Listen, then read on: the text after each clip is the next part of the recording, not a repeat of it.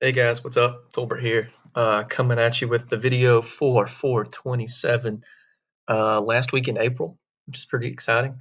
A lot of stuff to talk about before we get into our lesson.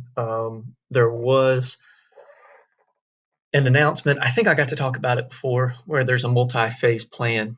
I think I talked about it for Friday's video. I don't remember.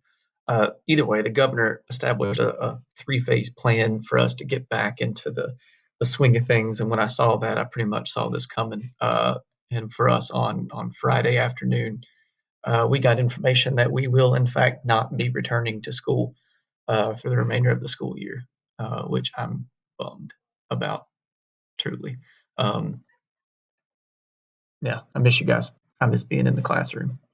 So it's a bit disappointing, but um, if it's the small sacrifice that we have to make in order to prevent COVID from spreading, then we're doing the right thing. With it, also, there's a lot of confusing things. They released information about grades for all your classes in high school, and it's a bit confusing right now. And basically, we're waiting on the school district to give their take on it before I start having individual conversations. But essentially, the way it's going to work is you guys can either take a number grade for the course, you can pass the class, or you can be withdrawn from the class if you're failing. Most of you are uh, in a passing zone, which means that you're going to get credit for the class. You don't have to worry about it. Um, but I'm going to start having individual conversations with you guys as to which I recommend that you do, as it affects your GPA. But most of you, if not all of you, will be receiving credit for world history, which means that you won't have to retake the class. But again, I'm going to wait for more information from WSFCS before I throw stuff out there. Um, but a few of you were like, what does this mean for us going forward? We're going to do exactly what we've been doing. I'm going to keep teaching. I'm going to keep meeting with you guys. Um, I really enjoyed meeting with several of you last week. Meetings are Tuesday and Thursday this week. First period will meet at 10:30 on Tuesday. Second period at 11, and fourth period at 11:30 on Tuesday. And then I'll post more about the meetings on Friday whenever we get to that. But I like those meetings. I'm looking forward to it. We got a little bit of notes to take today from Monday's lesson. I do have a YouTube video linked. If you click on it, it should open up and start playing right at seconds. This is a video that was made in 1999, and it's actually got footage from people who served in World War One. Considering that none of them are still with us today, um, all World War One veterans have passed away, which makes sense considering that the war took place 100 years ago, um, and they were 18 when they were fighting, so that they would be 118 years old, and people don't generally live that long. Basically, guys, you're going to watch the video for the assignment, and then I've got a discussion board in which you guys will basically react to the video, writing 2 to 3 sentences. Pretty short lesson. I'll jump right into the notes so that we can get them going. Basically, where we left off from the other day is the long range causes that got us into World War One, and there were several. If you need a reminder, go back and watch the video. I'll come back to this map here in just a second. Basically, this guy's right here is the first, or not first, the immediate cause that got the war going. World War One, the largest war in the history of wars up to this point, started because two countries that you had never heard of before um, got into an argument. That is Austria-Hungary, which is now two separate countries. They are basically Germany's little brother at this point in time. They speak German and everything else. And then Serbia. Serbia is an European country that speaks a Slavic language. It's very, very similar to Russian, and they're allied with Russia. To go back and look at it on the map, Austria-Hungary. I don't think my clicker is going to work, but I can at least like wave around. Is right here, the big green country, and right down here is Serbia. Basically, what had happened is Serbia had lost a chunk of land to Austria-Hungary, and they were like, "Hey, bro, can we get our land back? Because we got people that live there that don't want to be under Austrian control. And they were like, nah, dude, it's not going to happen. But we will make peace. And so this dude right here, Franz Ferdinand in the picture with the big crazy frilly hat, he went down and was like, all right, I'll make peace with you guys. He was in a convertible. What he doesn't know is that there were 7 assassins that were set up along the road to assassinate him as he was going by. Um, Assassin number 3 threw a grenade. It went off, didn't kill anybody. They were like, "Oh crap, we got to get out of here." It freaked a lot of people out. They ended up going. There was a lot of people in the road. They accidentally turned down the wrong road, and that's when Gavrilo Princip, who was assassin number 5, he had a 6-shot 38 caliber revolver. Um, and he was on his way home. He was chickening out because the guy that threw the grenade got caught.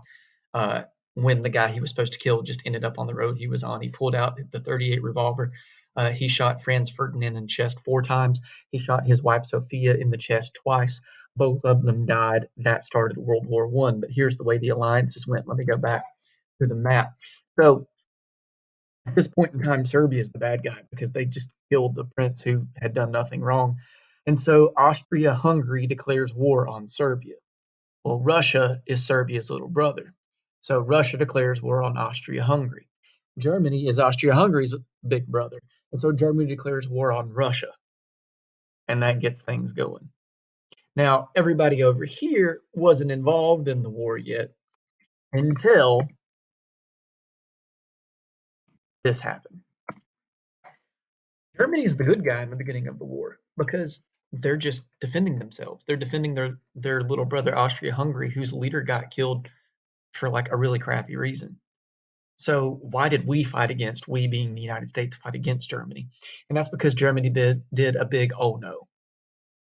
When they did this, that's what made them the clear-cut bad guys in the war. They invaded neutral Belgium to get into France. All right. You see this red line? That's where the French border is.